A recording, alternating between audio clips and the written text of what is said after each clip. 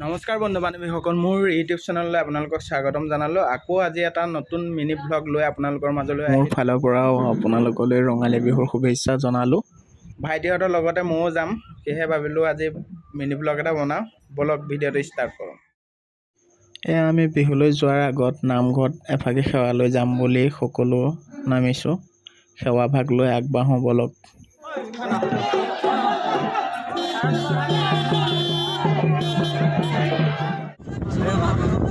ঐ নলাবিচোন গাড়ীখন লাগি গ'ল দেই।